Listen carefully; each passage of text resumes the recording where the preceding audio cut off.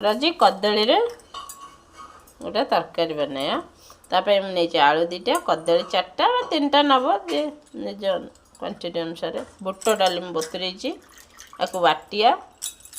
कदलीर सब एपट सेट काटिदे ए प्रेसर रे गोटे सीटी देदेबा तापर मसला प्रेसर रे आलू 2टा पकईदेले एबे कदली जाक सब ताधे को पकईदेबा ताको एबे सीटी दे ताको मीडियम रे गोटे सीटी देदेबा सिझी गला पर आपको कदलीर बरा तरकारी आज मसला प्रस्तुत करिया मीडियम साइज पियाज 3टा नहीं जाइए आपको एबे टिक टिक करी काटिदबा बुट को ग्राइंडर रे बाटी जीरा अधा कंचा लंका नबा 2टा जे न चाहे मन skip करदेव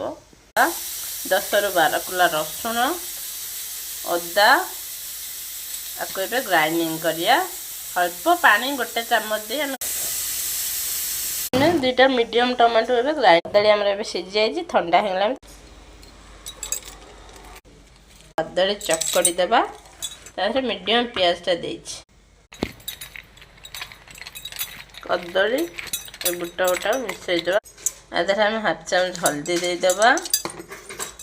red chilli powder half चामच और धनिया पत्र पियाज गोटा भूसम पत्र आउ स्वाद अनुसार लुण दे सब गोल नवा टावा रे तेल पकईदेले सेक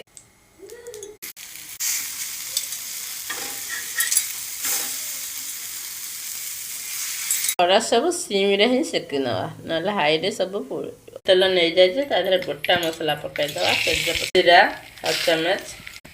पियाज आम काटी 3टा आम 2 चामच अदा रसुण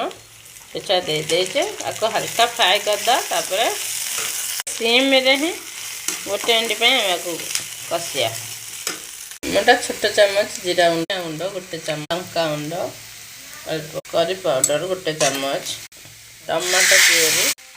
स्वाद अनुसार लुण दे हल्दी हाफ चामच सिझा को भाजी नहीं आधे मसला रे मैं कसिया जी चाहिए भी न पकई पार मसला भला कषिदे मसला देख छुटिले आसला भला पानी देदे 2.5 गिलास खंडे तरकारी फुटला बरा गुड़ा पक 3 मिनट मीडियम रे फुटे नसला आम धनिया पत्र देदवा